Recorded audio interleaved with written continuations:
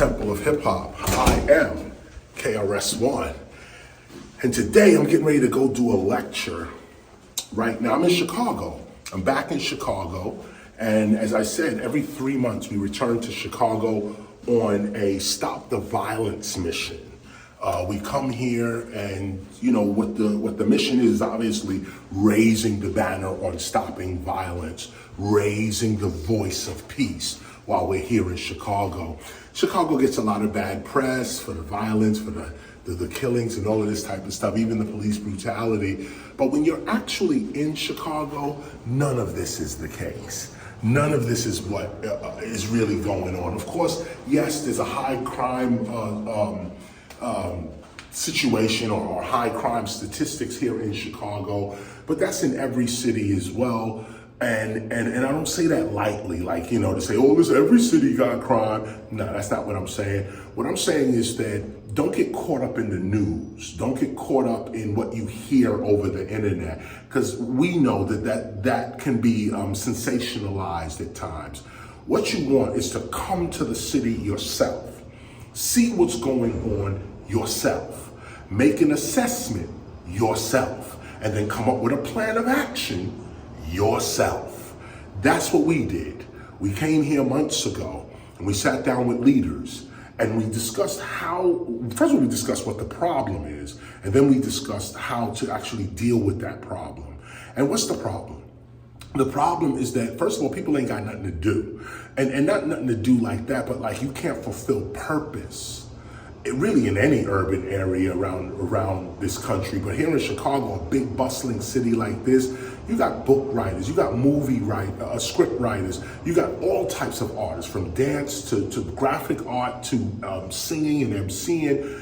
You got intellectuals here, you got book writers, you got a bunch of people here that can't seem to get any success based on what they are about. Everybody got to do another kind of job just to pay bills, and then hopefully you get to your real purpose in life. That's causing a lot of depression out here. That's causing a lot of anxiety. That's causing a lot of people to rethink their lives and like, what am I doing with my life? Because you're not fulfilling your purpose. So we came here, and that was the first thing we looked at. It was like, man, purpose is not getting fulfilled here. People have no meaning. You ask them, what do you want to do with your life? And some people don't know. They really don't know. And so that leads to idleness, and idle hands are the work of the devil, you know, or the tools of the devil. Idle hand, I ain't got nothing to do with my hand, you know. So that's the first part. Now the next piece with Chicago had to do with,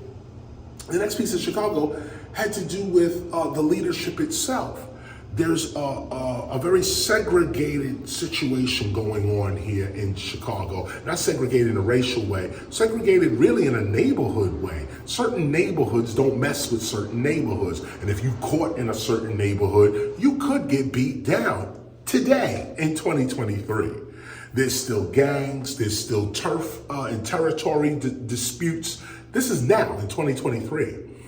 And it seems like the leadership here in Chicago as well really don't have a choice. I mean, you always have a choice, but they are kind of playing the, like, you know, you got to talk to your community, but when you talk to your community, if you don't show loyalty to that community, they don't want to listen to you. So even elected officials got to say, well, I'm here on South Side today, or I'm here on West Side today. And you got to talk to West Side, and then you got to talk to South Side, and then you got to go uptown, and then you got to go down here to get one message across, because nobody wants to come into anybody's neighborhood. So this is where the Temple of Hip Hop comes in now, because the Temple of Hip Hop is a neutral space. And we saw this the last time we came here. When we came here before, we went to the DuSable Museum, which is a neutral space.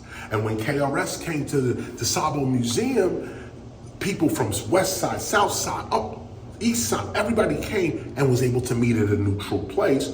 People who ain't speak to each other in years got together right there. People who wouldn't rhyme with other people were rhyming together, all of them in the cipher together. All of this happened like 3 months, 4 months ago when I was here last time. We looked at that and we said, you know what? If we could put a Temple of Hip Hop in Chicago, that will be the neutral space. that everybody from Chicago who wouldn't go necessarily into anybody's specific neighborhood, you all can come out your neighborhoods and join at the Temple of Hip Hop. And peace can be established in Chicago if we just come up with a neutral space, a space downtown, because that's the neutral, and everybody can come out their respective areas and meet downtown, learn something, and take it back to their respective areas. I give it 2 years, the hood will be right. Everybody will be united, peace, love, unity, safely having fun. That's what we're gonna bring here to Chicago. The mission has already started. So I'm gonna go do this lecture real quick, talk to my people, and get it started. Let's go. Ladies and gentlemen, KRS-ONE.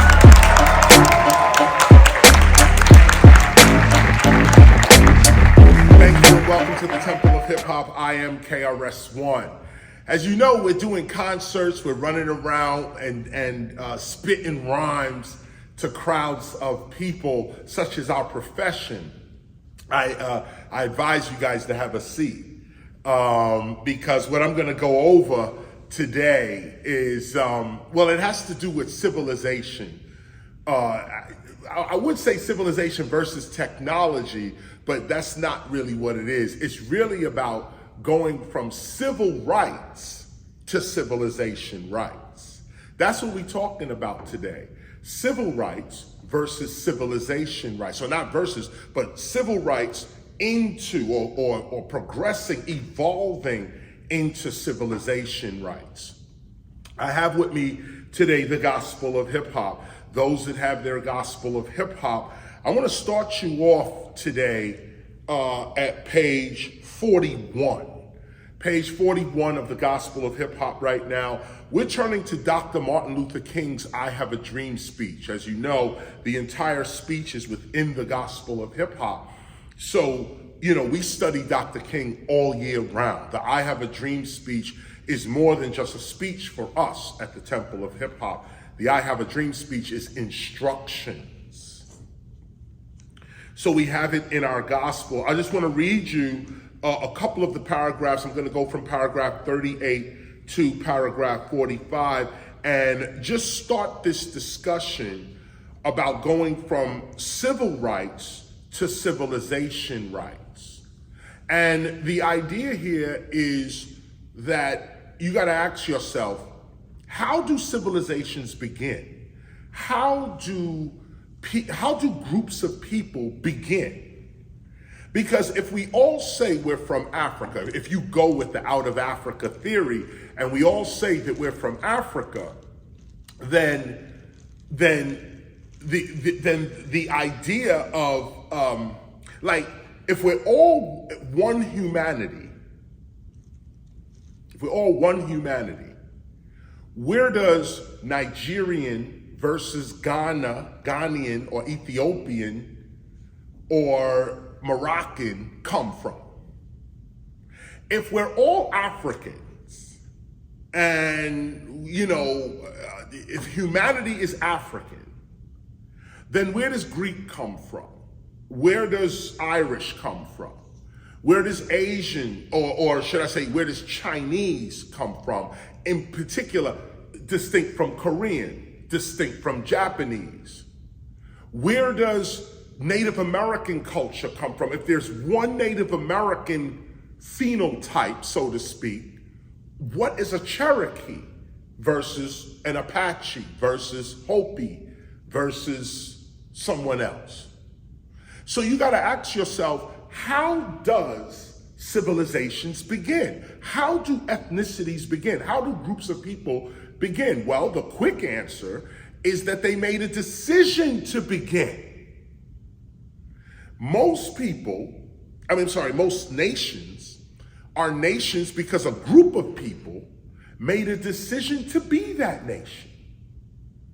And you think about it, now that's most times. Now in human history, keep in mind that you don't always get a choice to become a nation. Sometimes you become a nation out of necessity, out of war, out of natural disasters, and so on. Some people don't get a chance to decide to be a nation. But some people, others, most even nations have made a declaration at some point in their life. Like, for instance, you have Hinduism as a religion. At some point, a Hindu says, I'm going to be a Buddhist. You know, Gautama Siddhartha, I should say, the Buddha, the first one, or at least the one we know about, he was Hindu. Jesus was Jewish. At what point does the Jew find Christ consciousness or become the Christ and starts Christianity? There's all types of debates as to what Abraham was before he became who he was, what Moses was before Moses was basically Egyptian until he discovered his Judaism and then went with that nation. What is America? Englishmen, Dutch, French, Spanish? Or should I say the English just coming to this landmass and now say, I'm not English anymore. I'm American. This is a decision that is being made, and it's a decision being made by free people. You see, oppressed people, slaves, can't make these decisions. Somebody's always on your back stopping you from making that decision. And the first one who's on your back stopping you from making that decision is usually your own brother, your own sister, those trapped in oppression with you. So you got to ask yourself, at what point are we going to decide to be a nation?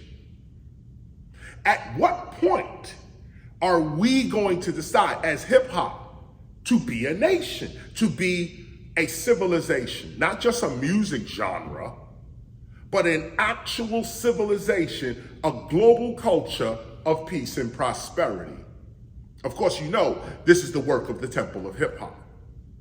So let's go here now, because I want to start this conversation off, or start this teaching off with, really with Dr. King, because this is the foundational spirit to going from oppression to freedom and going from civil rights to civilization rights. Dr. King is considered one of the greatest revolutionaries in the civil rights struggle. And he is. But we got to continue that struggle. That struggle didn't stop there. August 28, 1963, this is what the King had to say. This is the spirit of struggle right here. This is what keeps you intact. Paragraph 38, I'm on page 41. 41, paragraph 38. 41, paragraph 38. Here we go. There will be neither rest nor tranquility in America until the Negro is granted his citizenship rights. Boom. Stop right there.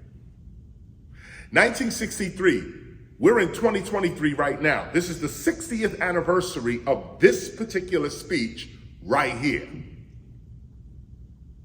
And the first thing the King is pointing out here is there will be neither rest nor tranquility in America until the Negro, black people, is granted his citizenship rights. Citizenship rights. What does it mean to be a citizen? These rights are not just granted to you. These rights must be acted out. What you want for yourself, you have to act. You have to become. It has to be your character, and then others identify you as the character you putting forward. But if you putting forward a character that is not a citizen of a nation, then people are identifying you as such. The problem, though, with black folk in the United States is that the traditional concept of American life has us at the bottom and white folk on the top. How does that happen? How do you have a country, a society, with this kind of inequality in it, this type of injustice in it. And it runs on this. It operates on this. So you can't just say, oh, white society is oppressing everybody else. You have to ask the other question. What's everybody else doing while this oppression is going down? Are you still shucking and jiving while oppression is going down? Are you still cooning and buffooning as real oppression goes down? Locking our babies up, shooting our people in the street. What are we doing? Still jigging on the TV? Well, this right here is for serious people that want to seriously make a change in the world. And if you seriously want to make a change in the world, you're going to have to rethink the world you in. You can't keep going with the same old world, looking for the same old thing and expect to make a change. It's not going to happen. We're going to have to decide to be a community. And that decision is not only just a decision that you make, like, yo, I'm going to decide to do this, but then you have to act it out. That's what the ritual of a society is about. That's why you remember the Sabbath to keep it holy. It didn't say the Sabbath was holy. It said, remember the Sabbath to keep it holy. If you don't remember your own traditions, your own rituals, and then act them out, they're not holy. They'll be thrown to the ground. There's no power in them. There's no sustenance in them unless we recognize them. This builds nation. One of the delinquencies of the African American community is that we don't respect Black History Month. Come on now, let's be real. February comes and goes, and not one bit of real knowledge ever really comes our way as an African people in America. All the billionaires, the movie stars, the producers, the this one, the that one, no one seems to be able to produce real, authentic Black history for Black street people. We always got to get this watered down, milky version of slavery to freedom narrative, some craziness. So you got to ask yourself, are you ready to make this decision? Here it is. Let me come back to the king one more time. There will be neither rest nor tranquility in America until the Negro is granted his citizenship rights. The whirlwinds of revolt will continue to shake the foundations of our nation until the bright day of justice emerges. But there is something that I must say to my people who stand on the warm threshold which leads into the palace of justice. See, this was look at the poetry that Dr. King is laying out for us right here. He said, let me speak to my people who stand on the warm threshold which leads to the palace of justice. You're standing just on the outside of justice. In the process of gaining our rightful place, we must not be guilty of wrongful deeds. This is even underlined within the gospel because it's so important. Again, in the process of gaining our rightful place, we must not be guilty of wrongful deeds. This is what's going on right now in Palestine. Middle East war going on right now. Both groups are disintegrating into wrongful deeds. Listen to this. Let us not seek to satisfy our thirst for freedom by drinking from the cup of bitterness and hatred. We must forever conduct our struggle on the high plane of dignity and discipline. These are the keys. We must not allow our creative protests to degenerate into physical violence. Again and again, we must rise to the majestic heights of meeting physical force with soul force. The marvelous new militancy which has engulfed the Negro community must not lead us to a distrust of all white people.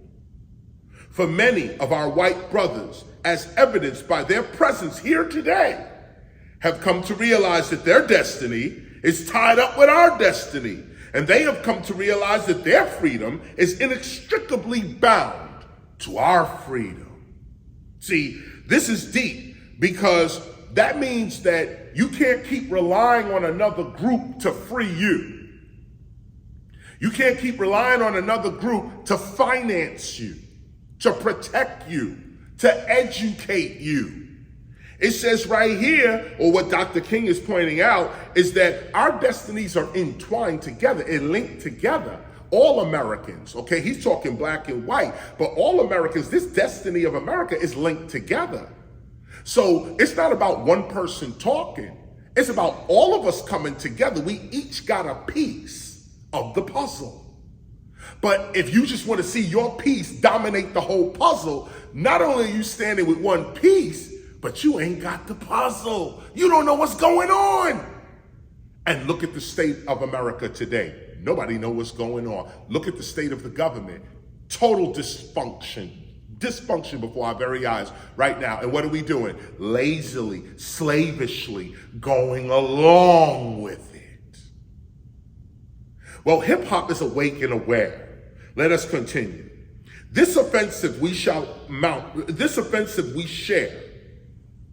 Mounted to storm the battlements of injustice must be carried forth by a biracial army. We cannot walk alone.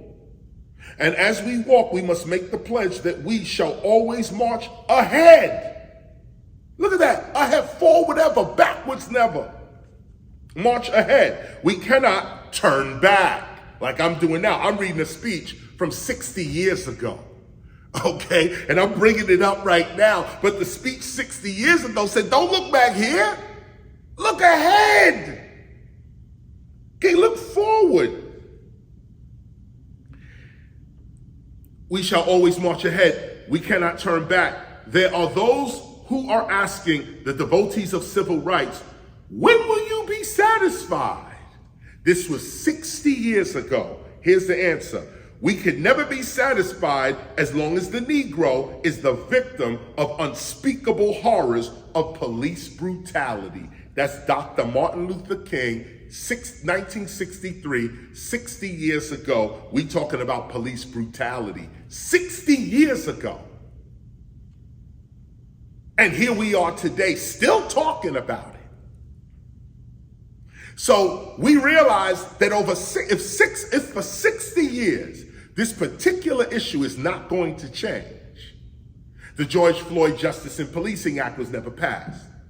If this is what we are dealing with, we have to start our own civilization.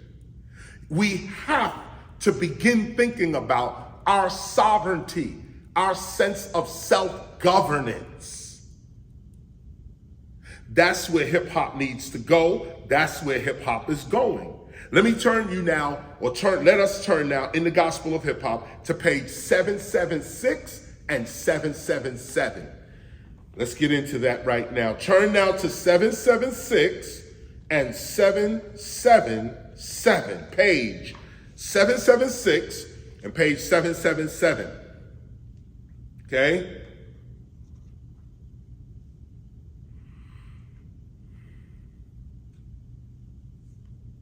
Here we go. Now, what I want to do is, hold on, let me just look at this real quick.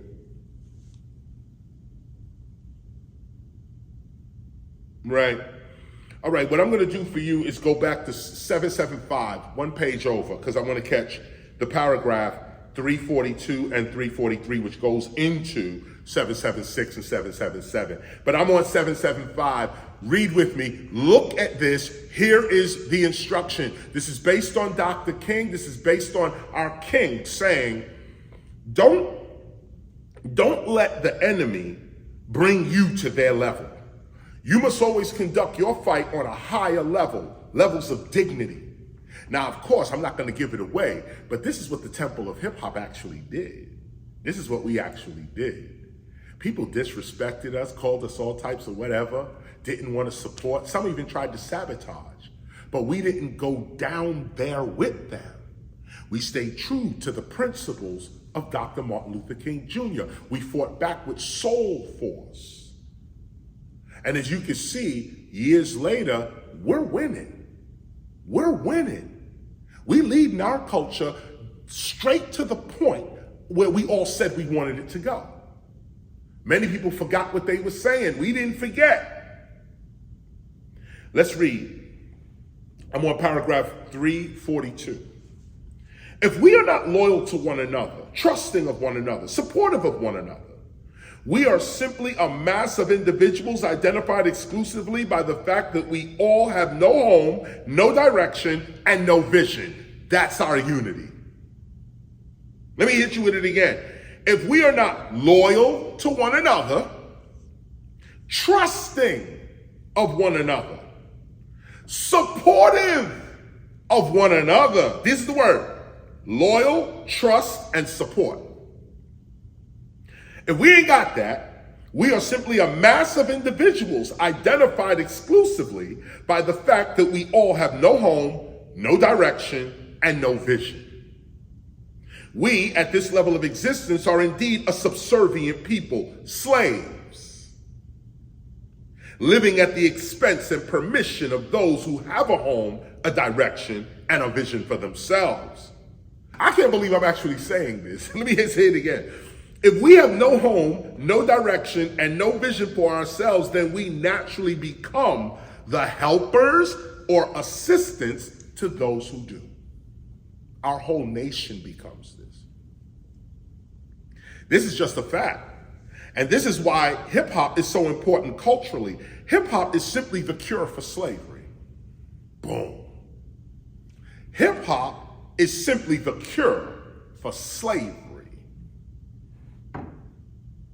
When practiced correctly, hip hop actually cures the slave mentality and the effects of slavery politically. True freedom seems to not only be about breaking the chains from one's hands, feet, and mind. True freedom seems to also be spiritual. It seems to be about self-creation and self-governance. Hip-hop provides all of this to its people. The slave was created to be a slave. Therefore, true freedom from any kind of oppression must also include a totally new attitude and character about the governing of oneself and one's life. Freedom from slavery seems to be about freedom from old slave and master, slave/master perceptions.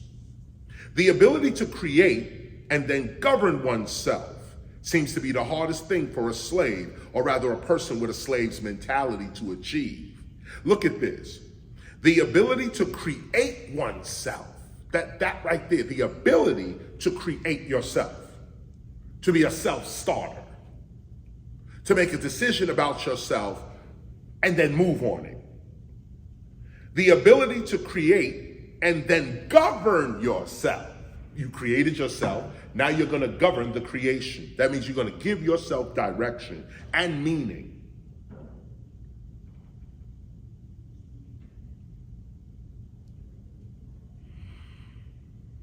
The ability to create and then govern oneself seems to be the hardest thing for a slave, or rather a person with a slave's mentality, to achieve. This is where I bring hip hop into view. This is where hip hop comes in. It is not every day that a group of human beings find themselves with the opportunity to establish a new civilization in the world based upon their own artistic and intellectual self-expression. It's not every day that you get this. It is not every day that a movement as unique and ever-growing as hip-hop comes along in human history with the ability to inspire whole populations of people toward world understanding, good times, and peace. Look at this. The question here is, can we govern and correctly guide such a movement, hip-hop, toward the upliftment and refinement of all interested people in the world? Can we govern ourselves? That's the question. Can we govern ourselves? Can the hip-hop community really do better than many of the world's leaders today in regards to self-governance, moral authority, political consistency, and financial transparency? Can we get that off? Can we do this?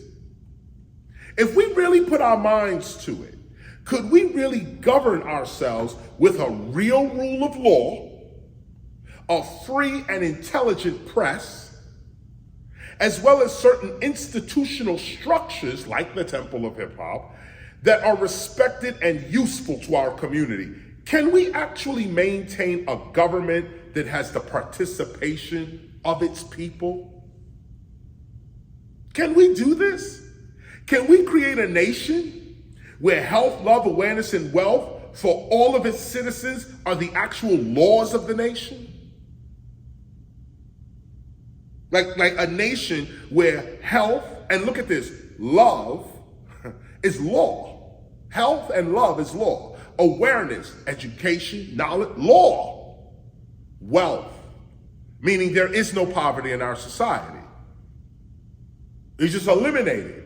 There's no reason for poverty in the society. The only reason for poverty in a society is because the impoverished person has been robbed or deprived of what the basic and natural need of a human being.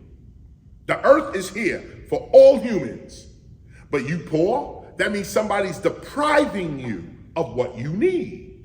It's not that you didn't go to school or you don't have the right last name or whatever. No, you've been robbed. And until the thieves give back what they took from you, you're always going to be in poverty. Unless you let the thieves have what they have and you create an entirely different situation that empowers you and your children. There's no way around this. So the question then becomes, can we create a nation where health, love, awareness, and wealth for all of its citizens are the actual laws of that nation? I believe we can. But first we must create ourselves into those people capable of such governance. And please understand this, we are not against anyone or anything here except our own immaturity and careless self-destruction. That's all we against here. Ain't nobody pointing fingers. We're not judging. We're not name calling. We're not even taking sides in global disputes. What we're interested in here is our hip hop survival. The world is changing. How do you respond? Are you a little kid? Are you an adult? Well, there's too many people walking around. They look like adults. They talk like adults. But when you hear the content of their conversation, you see the teenager right there. And no disrespect to our teenagers, some are smarter than 40-year-olds. Get that. I know you see it walking around every day. These ideas are for those people capable of seeing hip-hop's socio-political potential beyond music entertainment. The question here is, are you free? Are you free enough to see hip-hop in this way? Well, this is the question. This is the ultimate question. Do you see hip-hop like this? Matter of fact, can you see hip-hop like this? And if you can't see it like this, there's no fault in that. We're dealing with philosophy right now, so there's no fault. You ain't got a philosophical mind or you don't understand what I'm saying. But I'm talking to those who do understand what I'm saying, but you're just too afraid to act on it. I'm standing here right now showing you that there's no fear. Act on your vision. Act on your dreams. Act on what you believe hip-hop should be. It's not just KRS-ONE that thinks hip-hop should be a nation. Don't you think the same thing too? Or if you don't think that, what do you think? Because we have to do something for our children in this culture. We have to do something for our children in this culture. This is what we got. We ain't got nothing else. We got hip hop. So how far can we take hip hop in this world?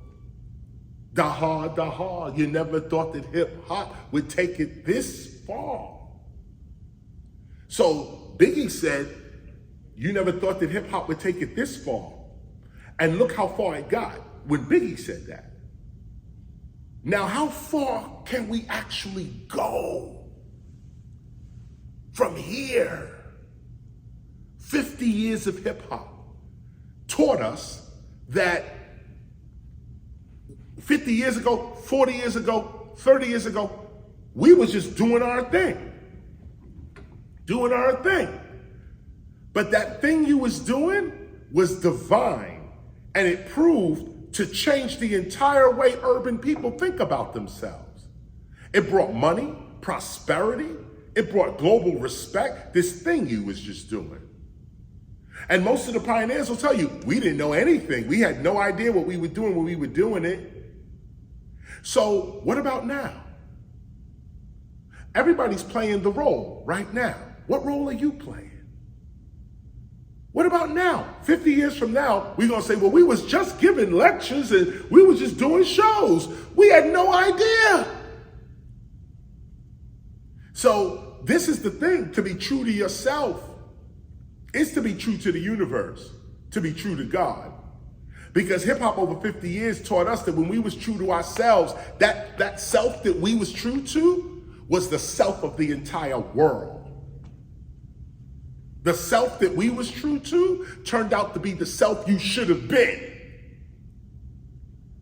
And no disrespect, everybody that went to college, got a job, started a business, did all of that. No disrespect, this is what you're supposed to do in America. This is an entrepreneurial country. You're supposed to get your knowledge and get your money. But guess what?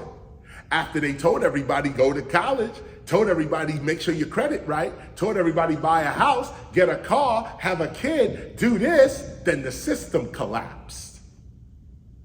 Y'all remember? Now the system, and it's been collapsing ever since. Really ever since 9/11, September 11, 2001. System's been collapsing. Everybody just holding on for dear life. Because the illusion is all propped up. The illusion has been for so long that no one really understands that the system has already fallen. It's sort of like the sun. You know, they say the sun is so far away, 93 million miles away, right? So it takes light 8 minutes to get to us, about 8 minutes to get to us. So that means if the sun disappeared out the sky, poof, the sun was gone, like right now, the sun left the sky. You wouldn't know about it for 8 minutes. For 8 minutes, you'd be looking at the sun and the sun is gone. Or it exploded into a supernova, some craziness. You still looking at it as the sun because the light did not reach you yet. Well, this is the life. This is life as well. This is an example here. Now, I ain't got much time. I gotta run.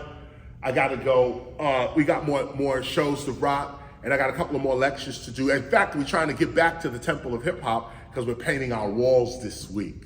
Got a nice color going up, and the paintings, they match the wall and so on and so on. So we gotta get out of here. But what I wanna make y'all realize while we're here, while we're talking on this Sunday, that you have the ability to create your reality. And the reality that we need to create is a hip-hop nation. We have been doing this work now for over 30 years. We went to the United Nations in 2001, May 16, 2001, and we declared hip-hop an international culture of peace and prosperity. We formed a document that was signed by the founders of hip-hop, the originators, and other contributors as well. We brought it before the United Nations. It was sponsored by UNESCO and other United Nations NGOs. And we presented the document. It was called the Hip Hop Declaration of Peace. We still follow it to this day because we are a nation, not a music genre. So the Hip Hop Declaration of Peace, which you can go to thetempleofhiphop.org, is there as well. But the Hip Hop Declaration of Peace, which is also in the Gospel of Hip Hop, lays out hip hop as a nation. The first 18 principles for us as a nation. How we're going to conduct ourselves as a nation. This is not how we're going to conduct ourselves as a music genre. That's not what we're doing. What we're doing is conducting ourselves as a nation, which means the rituals and the traditions that the rituals and traditions that we practice is what makes the nation. This is what actually makes the nation. The founders of the nation creating a ritual that happens every day or every week or every month or just happens regularly. And what's the tradition? Breaking, MCing, graffiti art, DJing, beatboxing, street fashion, street language, street knowledge, and street entrepreneurialism. These are the rituals. What's the ritual? The language by which we describe hip hop as. We have 3 spellings to hip hop. We spell hip hop with a capital H. It is the name of our culture. These are the basic principles that create nations. That's why we're teaching it to our nation. The Temple of Hip Hop is a hip hop preservation ministry, archive, school, and society. We're located in Newark, New Jersey at 55 Ludlow Street, 07114. You can definitely check us out. This November, we have a whole host of things going on if you want to come through and check us out. But the last thing I want to leave you with, we have some temple members here with us in this room right now. What I want to leave you guys with is that the last part is when you're creating a nation, the financial part of that nation, the economic independence of that nation is vital to the life of that nation. We at the Temple of Hip Hop, we don't ask for donations. You can give donations, yes. We are 501c3. We have whatever accreditations you might need in a banking situation. You know, we have our LLCs, we have our not-for-profits, and so on, our charities. I mention that because we don't believe in coming to poor people and bleeding them for money. That's not what we're doing. We make our own money off the skill mastery of our culture. We are breakers, MCs, graffiti writers, DJs, beatboxers. The mastery of these skills is what gives us our money, gives us our financing. We finance ourselves with hip hop. Hip hop is enough for us. We don't need all these other outside entities to finance us. We only need to organize our culture. So that's what we're doing. The Temple of Hip Hop has organized itself to be a financial independent body. Now, part of that financial independence has to do with membership. We do have a membership. Our membership is the best in the world. First of all, our membership houses the founders of hip hop itself. Let's start there. Secondly, our membership houses the most brilliant hip hop writers, intellectuals. I don't even want to start calling names. Y'all know what it is. But this is what our membership is about. Those that think like what I just spoke to you about today. Our membership is only $100 a month. Or if you want to go for the year, which is usually $1,200, you get it for $1,000. $1,000 for the year, $100 for the month. That's $25 a week. Now we feel that not only is that financially, it helps us to maintain financial independence, but we also get to see who's serious. We also get to see who's serious. You know damn well we don't need to sit here and wait for somebody to give us $25. You know that ain't what it is. But if you ain't got $25 for this, I think that's like something like $3 or $4 a day. You know, if you ain't got $25 at the end of the week for something like this, the Temple of Hip Hop, ministry, archive, school, and society. We're building nations and we're preserving our culture. You ain't got $100 for the month to go into this? Well, if you don't, you don't. And we understand that. And as a matter of fact, the Temple of Hip Hop has free courses that might help you to get that $100 in your pocket if you need it. We have financial advisors. We have people who teach finance, and also entrepreneurs who tell you how to get this money. Having said that, those members who do pay their dues to the Temple of Hip Hop, I want to thank you all right now, right here and now. Thank you, thank you, thank you.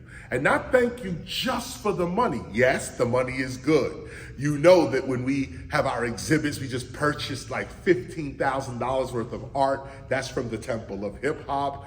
You know, whenever we have our tours and we need vans and hotels and all this stuff, Temple of Hip Hop kicks in for those members that need to do that. You know that's what it is. But like I said, your membership is really about how serious you take hip hop. And I say this humbly and respectfully, that there are not many places you can go to put your money into something that is authentically hip hop and is going to go to hip hop. There's not many places you can go where the founders of the movement already got money. So we're not looking for your bread. We're not looking for that. But if we don't have an economic base, we're not a nation. Now, most nations do it through taxes. They say we just tax 10%, 5%. America's up to like 60% of your salary. Anyway, that's another story. But, you know, most nations tax their citizenry to create that funding to keep the nation going. We shouldn't have to do that.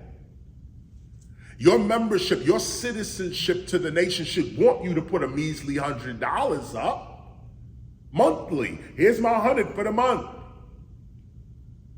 And I don't care what I get. This is my 100 going towards something that I can see is growing. Like, take a look at it.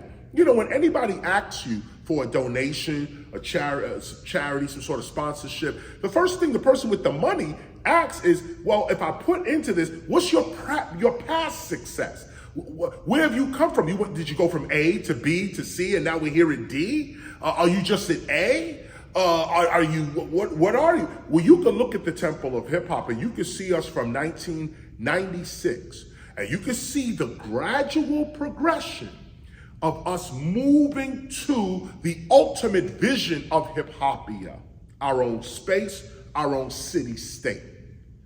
You can see us moving toward it.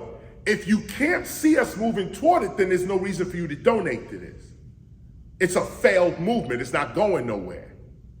But if in fact you see us every year going from one position or place to another position, place, one level to another level, one level of development to another level of development, and that level of development is getting better and better and bigger and larger and so on, when are you going to stop fronting? When are you going to come in and actually put your money down towards something that's actually going forward? That's the question. That's the question. When the Temple of Hip Hop comes into a neighborhood, we come into the neighborhood giving. We don't come into the neighborhood taking. We understand our people. It's not that they don't want to give. It's just that, why everybody got to be in my pocket? When you walk outside, somebody want money from you. Everything's pay, charge. When do you get to a place where you can actually receive something freely? Because you're part of the situation. You say, I am hip hop. So you shouldn't be hungry. There should be a place you can go to at least get a meal. You mean there's other hip hoppers that will allow you to be hungry? There's other hip hoppers that will allow your family to be in the street? Then how are we hip hop? How are we a community? How are we a nation if we're gonna allow our brothers and sisters to be in the street hungry, no clothes, or getting arrested and shot in the back? How are we hip hop? So there's a bunch of people who's talking with their mouth. I love the culture, I'm down with the culture, I'm da-da-da-da-da. But when you look at the action, you see what it is. You know the real from the fake, and you know what it is. So I end this last point off by saying that, first of all, thank you to all the temple members, the dues paying members, and there's a bunch of y'all out there. Thank you for that. We thank you for your financial support. It makes us who we are, and it gives us the independence. It helps with the independence. So we ain't got to go out and keep begging people for money like these other organizations have to do. They got to go out and beg for money because the cause that they holding up probably don't make no money, or it's not as valuable to the world as hip hop is, or whatever. But our movement, our cause is hip hop. And this billion-dollar culture don't need nothing from nobody. All we need to do is organize. That's it for me, y'all. I'm KRS-ONE. This has been the Temple of Hip Hop. I'll see you guys next week.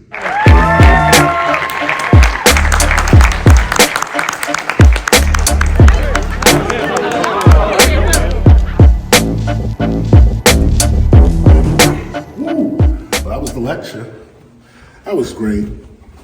You know, you heard what I was saying. Basically, we're talking about civilization building and hip hop as a nation, not just a music genre, but a nation. You can see what's going on in the world today. Conflict everywhere. We're probably in World War IV right now. It's crazy. People can't get along. The intolerance is at its all-time high. This is a time for maturity. This is a time for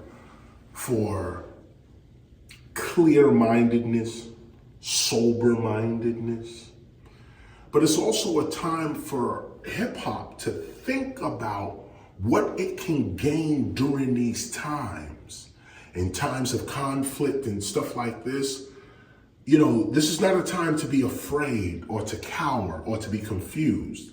This is a time where the political structure of the world is changing. So you got to be able to change with it. You got to be able to grab whatever you can get while this whole world is in an uproar and a turmoil, because it's going to come back down to peace again. And when it comes down to peace again, what did you have? Did you just watch TV? Did you just stand in your room afraid? Did you just hate and point fingers? Did you just pick a side and have stupid debates?